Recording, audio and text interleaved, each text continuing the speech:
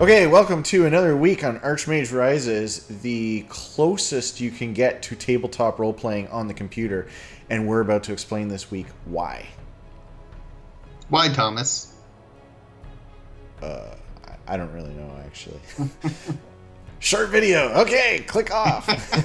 Bye. Okay, so this is the first week in these video updates. I'm not wearing a fleecy. Why is that? Because it is now the long weekend in May in Canada. We call it Victoria Day after one of the queens. That's right. We didn't just dump our queens in the lake and and declare ourselves independent. So we have more holidays than you. And anyway, it's finally warm now. It's finally warm. It's like 10, 15, 20 degrees Celsius. And I don't have to wear fleecy anymore in my basement. I don't know how warm that is, Thomas. Yeah. It's called the metric system. Look it up. Most of the world's on it. Hey, just because it's better doesn't mean that I understand it, Thomas. Okay, I'm going to offend a lot of people by saying that those who hold on to the imperial system are like those guys with the flip phones that are like, nah, that smartphone thing, that'll never really catch on. So, yeah, this week we're going to dive into procedurally generating the history of the world. The whole world. And so I've talked with the people on Facebook a little bit, and people said, hey, it would be great to have kind of a shorter video and then like a longer article version, like kind of a longer blog posting about it. So that way I can see if I'm kind of interested, and then I can dive into kind of the nitty gritty and stuff. So this week we're going to be diving into the nitty gritty, and it is a real eyesore, because I'm going to be showing a prototype that I've been working on that isn't integrated into the main game yet in order to do it. So we actually had something else that we were going to show you today that was like all eye candy, and it was amazing, but Roger just didn't finish his work, and so we can't show you any of that. So we're going to show this eyesore this week. And before we get into that, just one last thing is there's quite the discussion going on Steam right now about the background of magic and the lore of Valon, the world of Archmage Rises. On Steam, it's been going on for about a month now. There's a bunch of posts there. So if you're interested in the background of the game and what the magic system is and how it compares to other magic systems like, say, D&D, Pathfinder, other role-playing games and stuff, feel free to join in on that conversation. I'm happy to answer any questions you have about the world and the systems going on in there. Okay, are you ready for the eyesore, for the prototype? Mm-hmm. Hit me. To dive in, not too deep because we're going to make a quick video here, but we're going to dive in. Let me just set the stage first before you see this horrible thing. Okay, so what makes a role-playing game compelling, in my opinion, is how it's placed in the world. And so the world has kind of some history or reality to it, right? It's existed for more than just the player appearing, right? So so when you play at the tabletop, even if you're using a campaign setting that's been pre-generated by someone, and the GM is using that campaign setting, they're still going to have some kind of local flavor to it. Like, so whatever you choose, so you go and you talk to somebody and you ask them, how did your parents die? Even if it's not written in the campaign setting, because it probably isn't, the GM can immediately come up with, they died in the Great Famine of 432, right? There you go, okay? So that makes the world feel real. And then you can go to maybe other places depending on the quality of your GM. You can see other things that are signs and indications of the Great Famine of 432 and stuff. And that's what really suspends disbelief and makes you feel like you're there and all that kind of stuff, right? So when you have a purely narrative-driven game, the people that are generating that can do all that work, right? And then they can make sure that you see all these signs and stuff. Okay, so we have a procedurally generated world. So we have to procedurally generate the history of that world up until the point when the player gets there. And the way that we were doing it in the past was to go what I call backwards. So you start here, and then we backfill in the information that we needed. that didn't work. It got us real far, but ultimately it started unraveling, and I found all these difficulties with it, and there's like all these problems both today and in the future that were going to be coming. And so it was like, man, okay, I'm going to have to go back, redo this, and go future forward as opposed to back to the future. Yeah, didn't it first rear its head when it had to do with whose parents are you or something, and then like who are his parents and who's her parents? Yeah, just on forever, and then yeah. That's why I had to go off and do this, and has required a bunch of rework and caused build 11 to be delayed because ripping out old stuff and putting in new stuff, and the new stuff isn't quite ready yet. And anyway, I'll stop with the setup, and we'll actually dive into the prototype, the Archmage Rises history prototype, the eyesore of prototypes, all the programmer art that you can choke a camel on. Here we go. Bam. Yeah, that looks cool. Here we go. Okay, so this is the World History Generator, and I am writing it in my favorite tool, which is Visual Studio C#, using Windows Forms. And the reason is because I can work super fast in it. And the first thing Nick's going to say is like, wow, you spent a lot of time working on the kind of the graphics or whatever, like making this kind of look nice. And the answer is, no, I didn't. It takes forever to do something in Unity, and it's super, super fast to do it in Windows Forms. So what you're about to see is only about an hour or so of working on the actual UI and graphics drawing and whatever, and like hours and hours and hours working on the simulator part in order to make it all come alive. So what the heck are we looking at? I just generated a really quick map. Every time I launch the game, it generates a new map. So the next thing is that you have these various cities, right? So I can click on them, and then they will tell me things about that city. So this is kind of the current status of that particular city. So what you see after the name of the city is the population. And then I'm going to run through really quick what this is. It's going to take me forever to do this video because there's so much going on in here. And this is the great difficulty about making not just a role-playing game, but making a simulator role-playing game, is because when you make a simulator, there's all this stuff going on behind the scenes, and nobody can tell what the heck is actually going on. Showing what's going on behind the scenes is proving extremely difficult, very hard work. I will run down this after we do a couple turns. So we are starting at year 0, and these are the first initial towns that have been settled by some people that have moved into this area of Valen. And then these symbol things here, these are actually monster lairs that they're not aware of, and the monster lair stuff is currently not working. That's actually what I was working on before I discovered that I was going to have to show the prototype today. So we'll just ignore those for now. Here I'm making the history in decades, and this kind of plays out a little bit like the very end of a game of Civilization. Yeah, Sid Meier's Civilization. So we're about to see what happens. So I'm going to hit next, and the populations start increasing. And over here we can see for the town I have selected, I'm just going to select Moonbright because I can say that easier.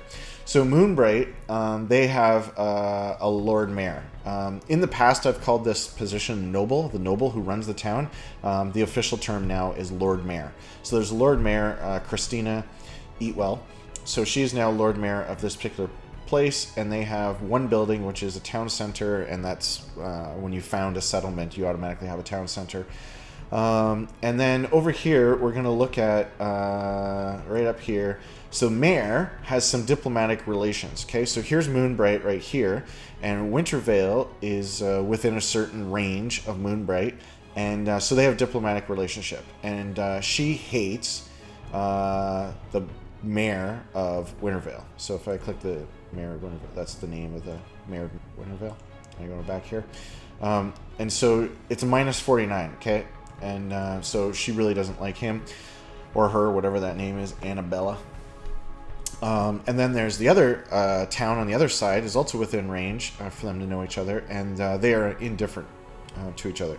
Now, just like in real life, relationships can be different on different ends, right? So she really hates the person that runs Wintervale, but if we look at Wintervale and see what they think about Moonbright, oh look, they think Christiana is like their BFF. So there's already some interesting story happening there. Okay, so we'll go back to Moonbright, and this person's Lord Mayor. There's a whole bunch of things that have been implemented in here to make this happen, and now I'm going to move time forward. There's a couple things that are going on. We have this system, what I call build points, and a lot of the ideas that are here were implemented from the Pathfinder Ultimate Campaign, where they talk about running kingdoms, and they have a whole interesting rule system and building towns and buildings and all kinds of stuff. I've been studying that and pulling what I thought were the most applicable ideas from it, and so that's why I have build points. So build points are kind of like the money, but it's not just money. It's things like raw goods that are available to them, like wood or stone or whatever. So they have the build points, and they spend build points to do things like recruiting army units. Basically, it's Civilization. I've created an AI version of Civilization that plays itself out against each other, so that you can have an interesting world to role-play in. And so build points are spent to do things, and the person who's in charge of spending those build points is the Lord Mayor. And so each mayor has a particular bent. The mayor is more military-minded or more civic-minded and building monuments to themselves. And so that's going to affect the demand. When the demand gets to a certain threshold, that's when the AI is like, okay, I need to go and build something based on this particular demand. And so it's a really simple system that you'll hopefully see works actually pretty well, because before I put the demand system in, I had towns that were basically only building military buildings like crazy and never building a single farm, and then they would always die from starvation. So it was really stupid. So it served them right. Yeah, that's right. So by putting in the demand system, it's a little more realistic, a little more balanced as to how it's picking things and stuff. Okay, so now I've gone through what all this stuff is over here. I'm going to fast forward some time, and then we will wait to see if something interesting happens. And so there are calculations going on in the background based on population and how it increases over time. And they're building buildings. So in this particular, in Moonbright, they built a training yard, and now the military is up to a 6. So they're better trained for their army. They currently don't have an army. And that's a bug that I have to work on, is they should have at least militia or something like that. Okay, so we're going to fast forward it. So we're moving decades along. Okay, something happened. Okay, there was a town down here called Panilla Pass. Okay, so this town, Stump Cross, they have a mayor who disliked the town mayor that was here at Panilla Pass. And so in the year 80... there was a successful attack made against them. So we see that they have an army. They have an army of archers. And they made an attack against them. And it succeeded. And they killed 50 people. They looted a build point. And so now it has been wiped off the map. And so that's why we see this little attack thing there. And then when I move forward, the battle thing went away. And now you see a ruins. So what's cool about that, Nick, is now we have a ruins to explore. So this is where places to explore come from. And the stuff that's in the places to explore comes from the town or the people that were there at the time that they died. Isn't that pretty cool? That is cool. I'm trying to figure out how that would be integrated into what we have now, but I like the idea that the history itself is generating these things. Yeah. It's a little more compelling, I think. Okay, so we will keep fast forwarding time here, and we'll probably see some more attacks and ruins and stuff. And so they're building up their economy. You can see their order is really high, probably because of that barracks, and their military is doing pretty good. They also have some unrest going on, and when the unrest gets too high, there'll be peasant revolts, and then the mayor will get killed. And these relationships, these diplomatic relationships, they are not based on the town, they're based on the person. So what I find interesting about that is you can hate the guts of somebody at another town and be like getting your army ready to attack them or something like that, and then they die, either by natural causes or by revolt or whatever, and then a new person comes into power and you're like, hey, actually that guy's not so bad, and then that averts the war. And so that's important, because when the player is playing, the player can go and do those kinds of things, and this is how the game will respond to it. So you can put somebody in power that the other people hate, and that will cause them to go to war, or you can get rid of somebody that they hate, and that can stop the war from continuing. So when the new person comes into power, they create their own new diplomatic relationships. I thought a long time about how to do it town-based, But I didn't like the idea that towns would, like, for hundreds of years kind of hate each other and stuff. And I found it worked a little bit better with that. Okay, let's fast forward some more time. We got another ruin. Yeah, they start wiping each other out because it's currently set to being very aggressive, and they don't have the monsters to fight. So they're like, hey, I got this army. I got nothing to do with it, and I hate that guy, so send the army. So that's why you see them, like, wiping each other out. So if I just fast forward, like, a whole bunch. Here we go, or 390, and just keep going. And the best town win. Yeah, that's what it is. It's a free-for-all. Deathmatch. Okay, so one of the towns created a new town. So they create settlements. So when population gets to a certain point, they'll send off settlers and create new towns. And so this is something we've been promising as part of the game world, right? You're playing along, you're playing in a lifetime and stuff. You'll see new towns start, and you can go and help those towns. So this is a brand new town that was just started. And this is the town that built the settler. You can see it right here. In 480, they made a settler, and that's what became Ekron there. So this is the history of everything that happened in this particular town. And so we can use these historical events to fill out the NPC chatter, to fill out the graveyard, like who died and why did they die. And so every battle generates people that have died, or famines, or plague, or whatever. And you can see the results of those things in the graveyard in the game. And so that creates the color of the world and the background behind things. And so we can utilize that. And more importantly, there's a few things in here. There's some great people that have occurred, and that's a term that I stole directly from Civilization, where you can generate these, great prophet or a great builder. A great person is somebody who does something very important or interesting that would be interesting to the player. So if you think of great people over the centuries. Michelangelo created the Sistine Chapel and the Statue of David and stuff. And those things, 600 years later or whatever, are, we're still looking at those things. Great people are people in the game world that have done something special, such as a great advance in a particular spell, or creating a super weapon, or something like that. So this is where it becomes important to the player. If you know your history, or you figure it out, then you will know that so-and-so had a powerful weapon, and you know what town he was living in, and so you could probably go and find it. Maybe it's in the ruins or something, or maybe it changes hands. But the point here is that when these great person things are generated, those stay within the game world. And so now they exist, and that's something you can go and find. Does that make sense, Nick? Yeah, I think that's cool. Okay. I'm down. You're down with that? Okay, yeah. So now there's still, there's a battle that happened over here at Moonbright. It's kind of funny when you see them, they got battled again, they got defeated. It's funny when you see them go back and forth. Because once somebody attacks them and wins, then they start hating them, and then they go back and forth until somebody wins. So if I just keep fast forwarding, we'll see that they spread, and there's lots of ruins and everything, and all my numbers are probably not right, but you see we're going to eventually get some pretty big towns. There we go, now we got some big towns happening.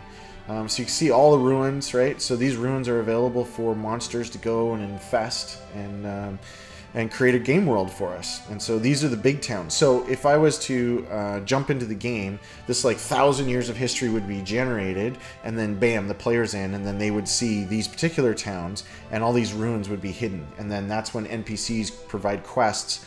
Go find this, go get that. That's where we're sending you, is to these things that actually existed and stuff. So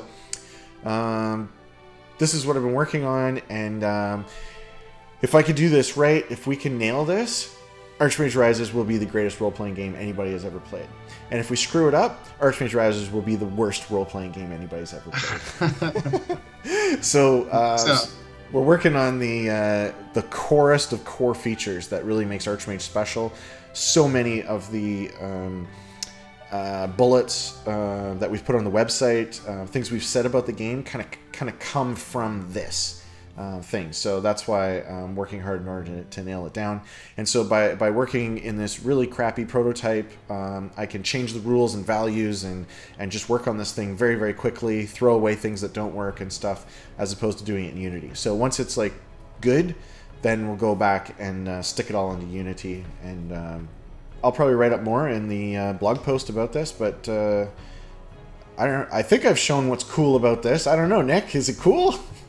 Well, I mean, it's not showing the other stuff going behind the scenes too, which is like how it's affecting the people and the families and the relationships of those people too. So it's not just this is sort of like the, I don't know, large view of what's happening, but then there's also things that are going to be happening below it, right? And that's what makes the NPC interactions rich, is that they've had a life in this too. Yeah. So that's just something I would add. I don't know how much you have of that, but I know you've been discussing it and working on some of that. So. Yeah, and when I click this button, it moves time forward by 10 years. That's, I don't know exactly what the number will be when we actually go to do the history generation. Maybe it'll just be a big progress bar that goes year by year or go by 10 or whatever it happens to be. But the important thing here is we're taking this same simulator, and when you start in the game world, then the simulator runs 1 day at a time. It's the exact same simulator that's making all these things happen, all the decisions, all the AI and everything. It's just moving in smaller increments as you play out your lifetime. And so, these wars that happen, they will happen in your lifetime, and you'll be able to see them inside on different sides. And like I said before, all the promises we've been making about the game is because of this simulator engine. So we got to get it right. I probably forgot a bunch of things, and if you have questions out there, fire the questions into the dev blog post or the YouTube thing, and I'll do my best in order to answer them, or on Steam. Steam's the easiest for us to answer, and then other people can see it as well. But anyway, do it wherever you feel like it. Okay, well, we'll see y'all next week, everybody. All right, bye.